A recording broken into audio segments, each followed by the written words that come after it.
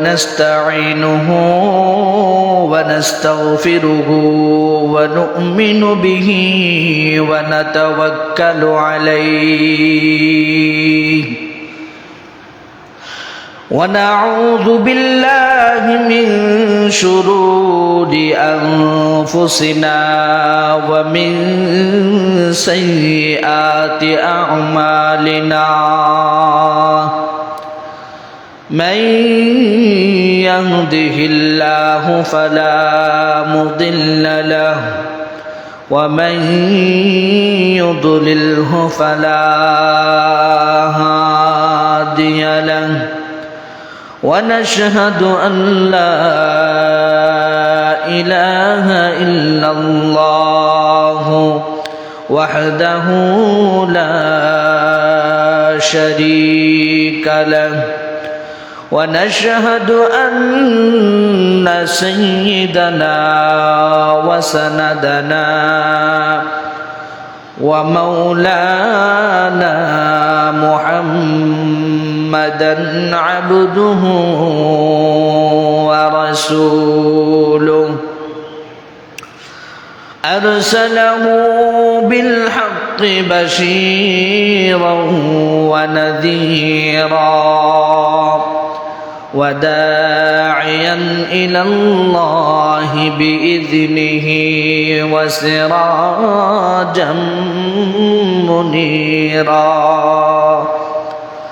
أما بعد فأعوذ بالله من الشيطان الرجيم بسم الله الرحمن الرحيم والتين والزيتون وطور سينين وهذا البلد الأمين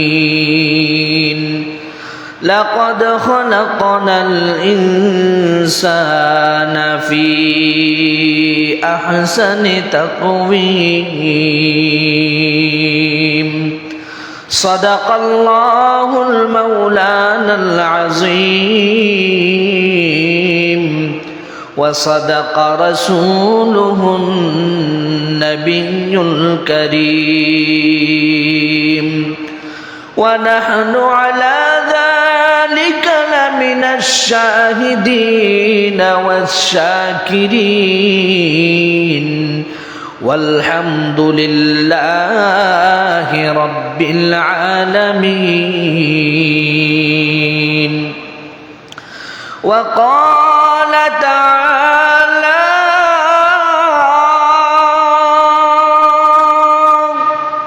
في شان حبيبه ومحبوبه ومعشوقه مخبرا وآمرا إن الله وملائكته يصلون على النبي يا أيها الذين آمنوا صلوا عليه وسلموا تسليما محبতের সাথে সকলেই দুরূদ ইব্রাহিমটা পড়ব আল্লাহুম্মা সাল্লি আলা মুহাম্মাদিন ওয়া আলা আলি মুহাম্মাদ কামা সাল্লাইতা আলা ইব্রাহিম ওয়া আলা আলি ইব্রাহিম إنك حميد مجيد اللهم بارك على محمد وعلى آل محمد كما باركت على إبراهيم وعلى آل إبراهيم إنك حميد مجيد بلغ العلا بكماله كشف الدجى بجماله حسنت جميع خصاله صلوا عليه وآله दिन के सूरज डूब रही है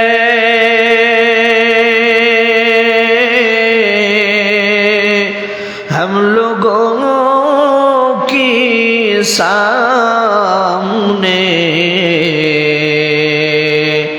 रोज महशर का जब होगा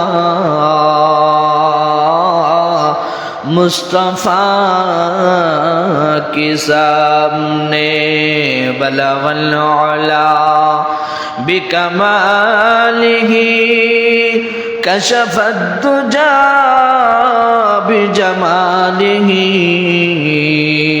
हसनत जमीअ खिसालिही सल्लु अलैहि व आलिहि बता हमको तेरे राह किस तरफ आए तेरे राह पर चला हमको खुदाया बुजुर्गों की नहीं हमको जरूरत गुलाम अपना बना हमको खुदाया ला इलाहा इल्लल्लाह जुरे ला इलाहा इल्लल्लाह ला इलाहा इल्लल्लाह ला इलाहा इल्लल्लाह मुहम्मदुर रसूलुल्लाह सल्लल्लाहु अल्हम्दुलिल्लाह अल्लाह रब्बुल आलमीনের দরবারে অসংখ্য অগণিত শুকরিয়া যে মহান মালিক রব্বুল আলামিন আমাদেরকে সপ্তাহের শ্রেষ্ঠ দিন তথা জুমার দিনে জুমার নামাজ আদায় করার জন্য এই পর্যন্ত হায়াত দিয়ে বাঁচিয়ে রেখে সুস্থতার সাথে মসজিদে এসে দিনে কিছু আলোচনা শোনা এবং বলার মতো তৌফিক আমাদেরকে দান করেছেন। জুমার নামাজ আদায় করার উদ্দেশ্যে পৃথিবীর শ্রেষ্ঠ জায়গা, সবচেয়ে সম্মানিত জায়গা, সবচেয়ে দামি ঘর তথা আল্লাহর ঘর মসজিদে আসার বসার তৌফিক দান করেছেন। যে মহান মালিক আমাদেরকে তৌফিক দান করলেন, রব্বুল আলামিনের দরবারে আলিশানে অন্তরের অন্তঃস্থল থেকে শুকরিয়া তান বলে আলহামদুলিল্লাহ। মুহতারাম হাজরিন, আল্লাহ পাক রব্বুল আলামিন অসংখ্য অগণিত মাখলুকাত এই পৃথিবীর জমিনে সৃষ্টি করেছেন।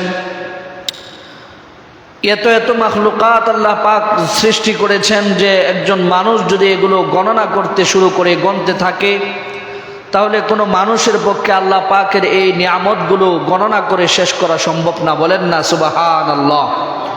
আল্লাহ তাআলা বলেন ওয়া ইন তাউদ্দু নি'মাতাল্লাহি লা তুহসুহা, তোমরা যদি আমার প্রাপ্ত নিয়ামতগুলি পেয়ে এগুলোকে গণনা করতে শুরু করো শেষ করতে পারবা না কখনো। গণতে গণতে এগুলো তোমার হায়াত ফুরিয়ে যাবে কিন্তু আমার নিয়ামতগুলো শেষ করতে পারবা না। সুবহানাল্লাহ।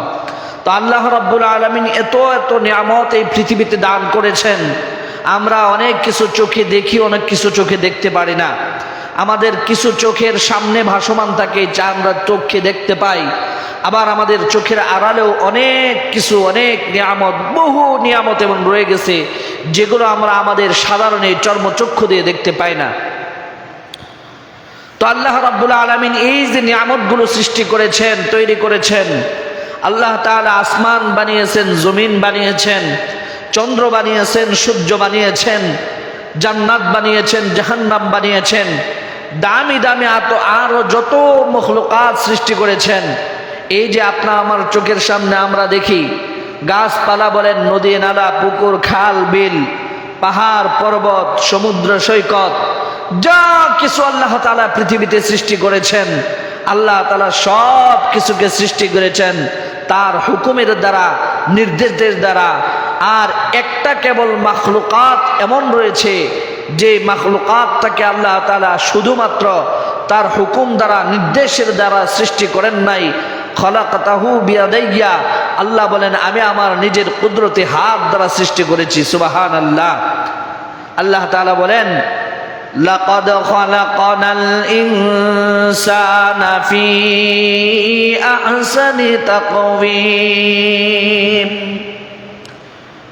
মানুষকে আল্লাহ তাআলা বলেন, মানুষকে লক্ষ্য করে, মানুষকে, মানব জাতিকে উদ্দেশ্য করে আল্লাহ তাআলা বলেন নিশ্চয়ই নিশ্চয়ই আমি আল্লাহ মানুষকে সবচাইতে সুন্দর অবয়ব দিয়ে সবচাইতে সুন্দর করে সৃষ্টি করেছি। সুবহানাল্লাহ বলে এই কথাটাকে আল্লাহ তাআলা বিশ্বাস করানোর জন্য, মানুষকে সহজে অনুবাদন করানোর জন্য, হৃদয় আঙ্গন করানোর জন্য আল্লাহ তাআলা এই কথাটার আগে চারটা কসম কেটেছেন। আল্লাহ তাআলা বলেন ওয়াত্তিনি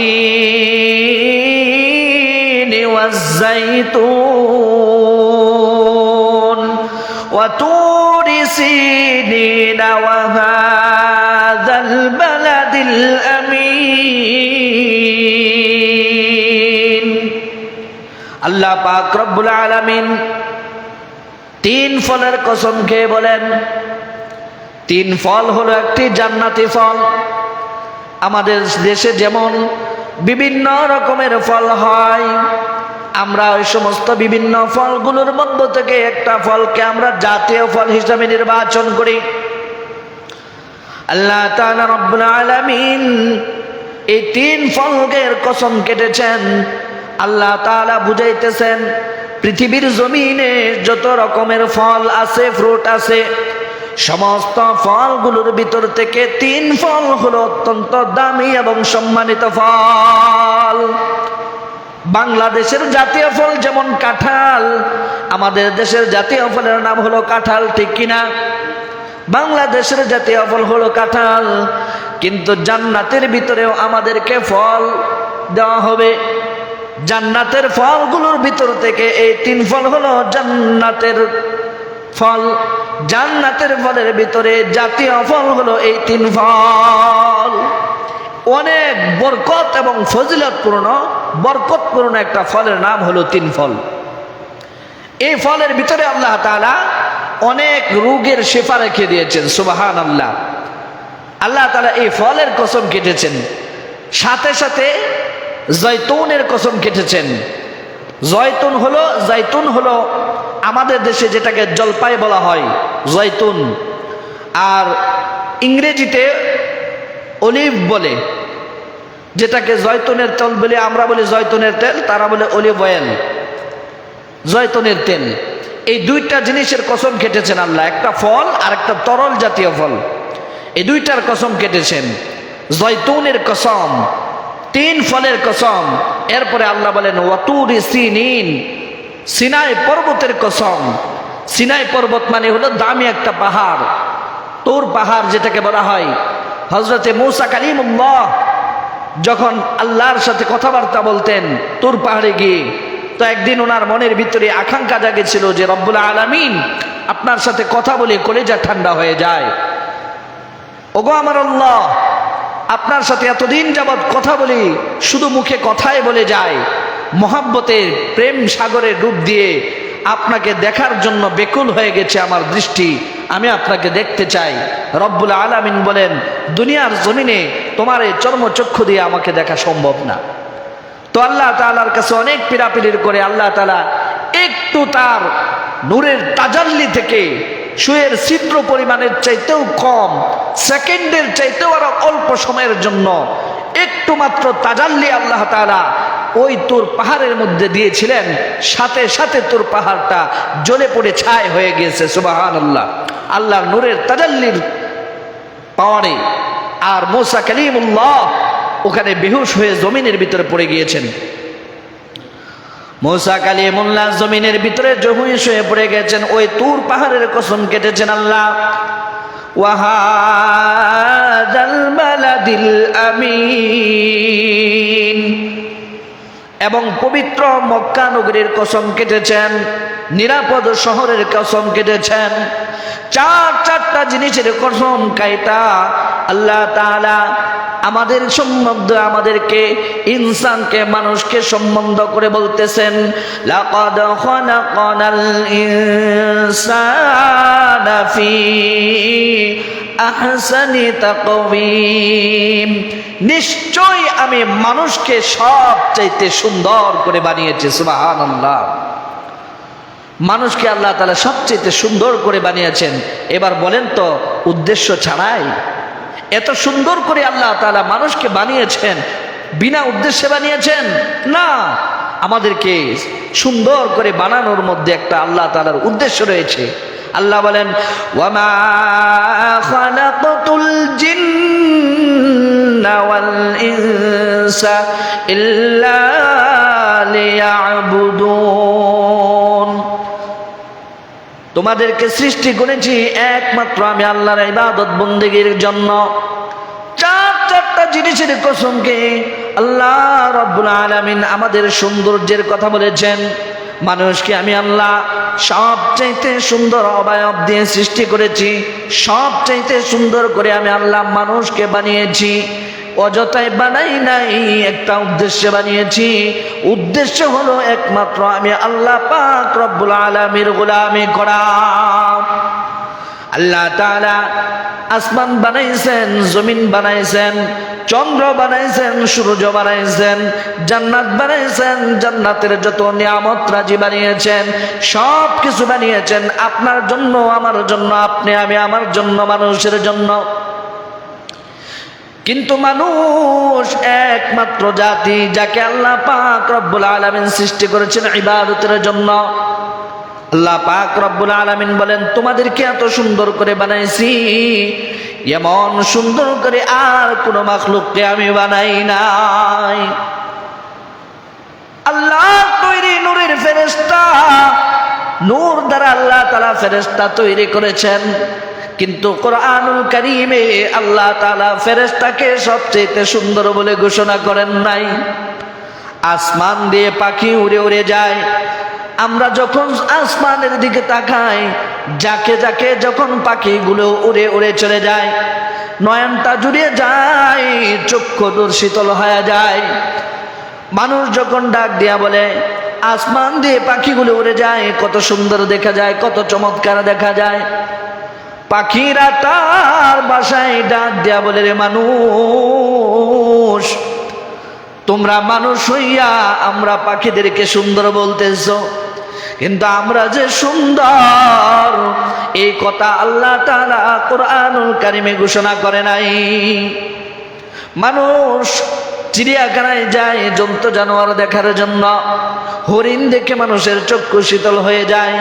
আল্লাহ তাআলা অপরূপ সৌন্দর্য দিয়ে হরিণ তৈরি করেছে। একটা মানুষ যখন হরিণের দিকে তাকায় বলে, হরিণটা কত সুন্দর, এত সুন্দর করে আল্লাহ তাআলা হরিণকে বাছুর বানাইছে। হরিণ যেন তার জবান দিয়ে ডাক দিল, মানুষ আমাকে তুমি সুন্দর বলতেছো, কিন্তু আসমানের মালিক আল্লাহ আমাকে সুন্দর বলে নাই। তোমরা যে মানুষ, তোমাদেরকে আসমানের মালিক আল্লাহ সুন্দর বলে ঘোষণা দিয়েছেন। এজন্য দেখবেন, মানুষ, একটা কালো মানুষও যদি কোনো পোশাক পরিধান করে সুন্দর দেখা যায় কি যায় না? একজন মানুষ দেখতে শুনতে কালো হলেও, দেখতে কালো দেখা গেলেও, ওই মানুষটাকেও পোশাক পরাইলে সুন্দর দেখা যায়, চমৎকার দেখা যায়, অন্তরটা শীতল হয়ে যায়। কিন্তু আপনি গরু বলেন, ছাগল বলেন, মহিষ বলেন, বেড়া বলেন, কোনো পশু পাখির জন্য কোনো পোশাকের সৌন্দর্য নাই।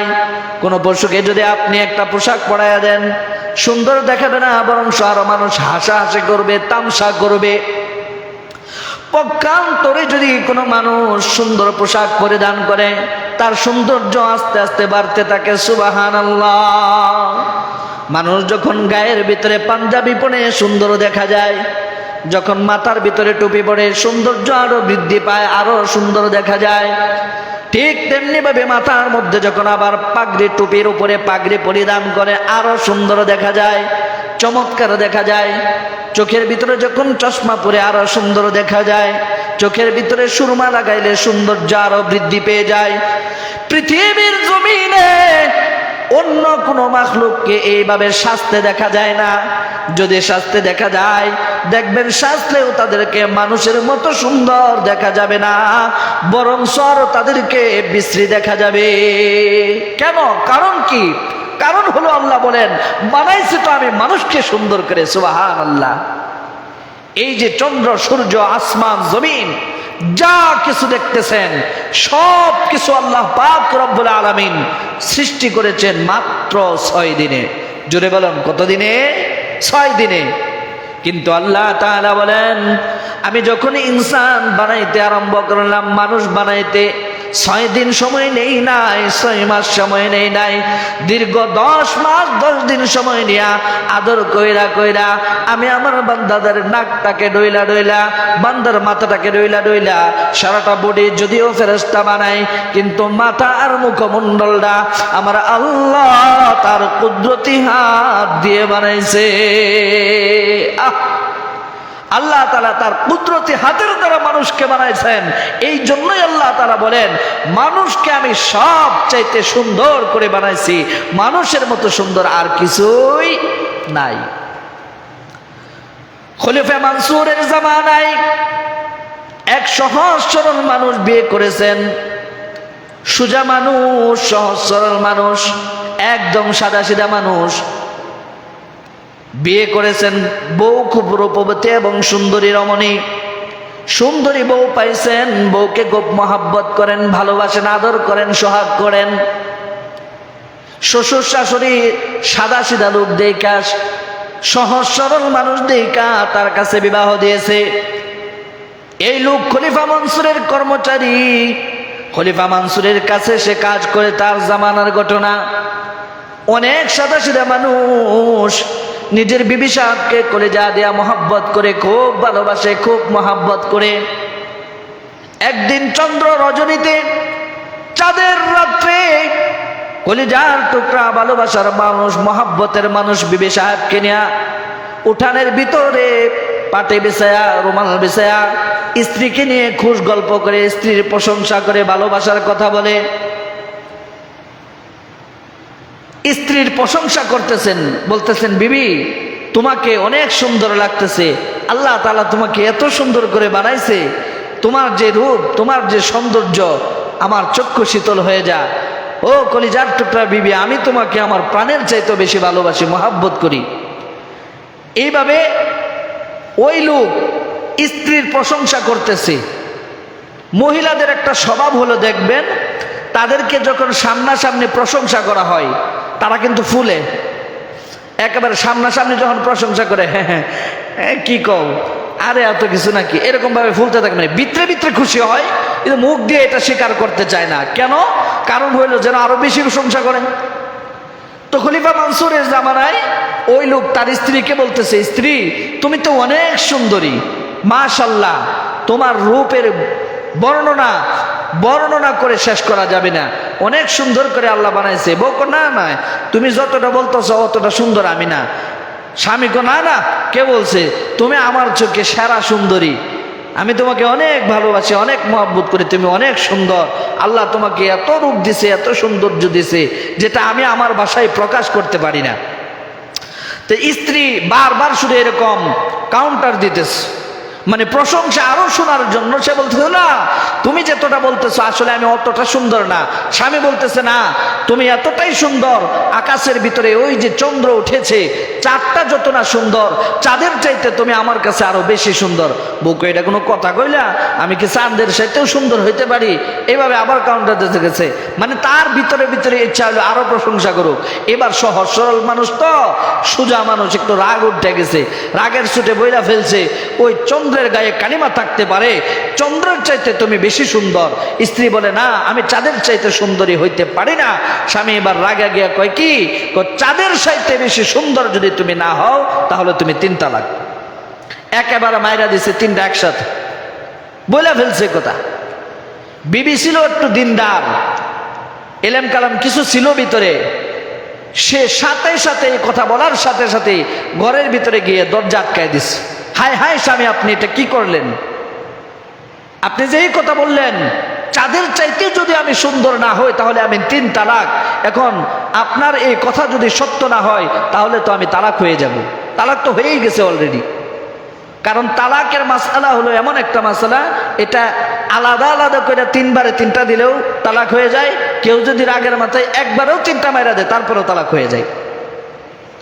এবার স্ত্রীরে ডাক দেয়া বলে, ঘরের আড়াল থেকে, কি করলেন স্বামী?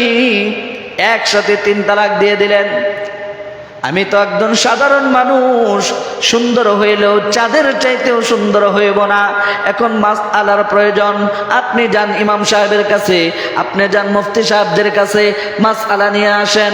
যদি তারা মাসআলা দেয় আপনার সাথে আমার সম্পর্ক এখনো পর্যন্ত ঠিক আছে, সুন্দর আছে, তাহলে আপনার সাথে আমার আবার দেখা সাক্ষাৎ হবে, আবার সংসার হবে। আর যদি তারা মাসআলা দেয় না, আমি তালাক হয়ে গেছি, এই যে দেখা দেখলেন, জীবনের শেষ দেখা মনে করবেন এটাই ছিল। আর কোনদিন আমি বিবির চেহারা আপনি দেখতে পারবেন না। স্বামী বেচারা তো ভাই মাথায় হাত, হায় হায় করলাম কি? আবেগের চুটিতে বইলা ফেলাইছি, এখন তো মাথা নষ্ট। স্ত্রীর কাছেও যাইতে পারে না, সামনেও যাইতে পারে না। স্ত্রীর সাথে আলাদা কথা হয়, স্ত্রী বলে, যান আগে মাসআলা নিয়ে আসেন, ফতোয়া নিয়ে আসেন, তাছাড়া আমার সাথে আর দেখা সাক্ষাৎ করতে পারবেন না। কর্মচারী এবার দৌড় দিয়া খলিফা মানসুরের কাছে গিয়ে বলেন, খলিফা, কাজ তো একটা করে ফেলছি, রাগের ছুটে তো এই কথা বলে ফেলছি। আমার স্ত্রী অনেক সুন্দর, স্ত্রীর গর্ব করতে গিয়া, স্ত্রীর প্রশংসা করতে গিয়া আমি তো বইলা ফেলাইছি তুমি চাঁদের চাইতেও সুন্দর। চাঁদের ভিতরে কলঙ্কের দাগ পাওয়া যায়, তোমার রূপের ভিতরে কোনো দাগ নাই। তুমি এত সুন্দরী, এত রূপবতী। খলিফা মানসুরকে মাথা খারাপ হয়েছে মিয়া। কোনো মানুষ সুন্দর হইলে কি চাঁদের চাইতে সুন্দর হইতে পারে? চাঁদ যখন আকাশে উদিত হয়, অন্ধকারাচ্ছন্ন গোটা পৃথিবীটাকে সে আলোকিত করে ফেলে। সুবহানাল্লাহ, ঠিক কিনা? অন্ধকারাচ্ছন্ন পৃথিবীটাকে সে আলোকিত করে ফেলে। প্রত্যেকের ঘরে ঘরে চাঁদের আলো পৌঁছে যায়। আর তোমার বউ কি এতটাই সুন্দর হয়ে গেছে যে তোমার বউ কি চাঁদের চাইতেও সুন্দর?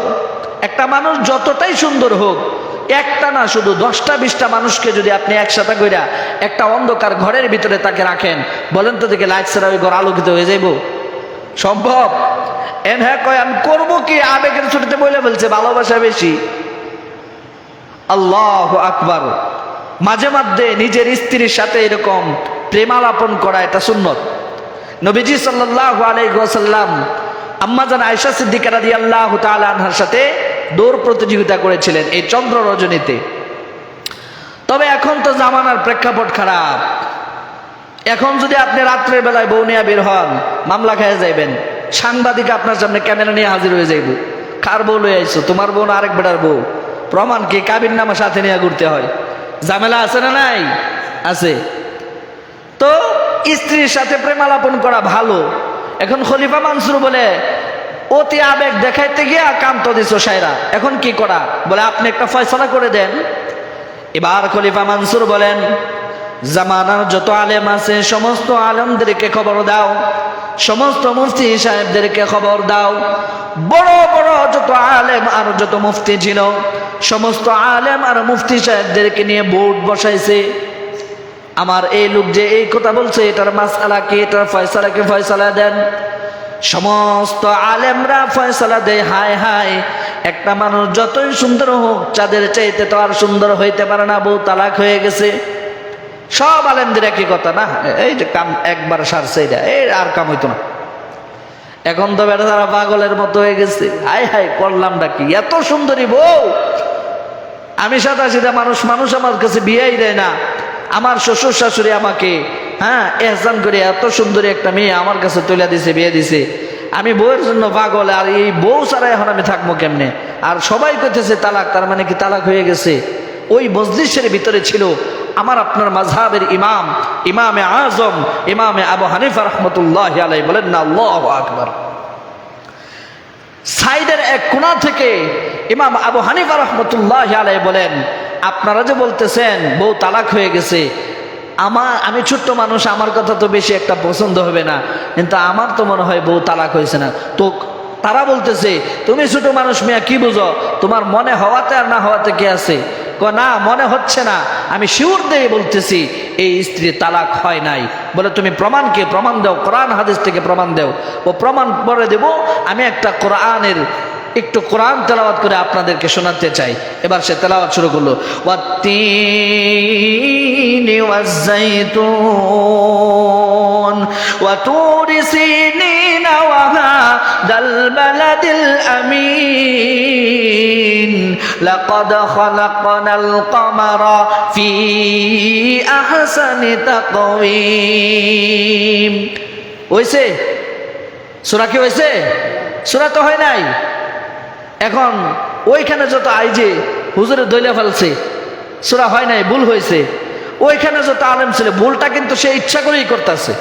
ওইখানে ওই মজলিসে যত আলেম ছিল, সমস্ত আলেমরা বলতেছে, এই মিয়া ছোট মানুষ, ভালো করে তেলাওয়াতটাও করতে পারো না, আবার ফতোয়া দিতে আসছো।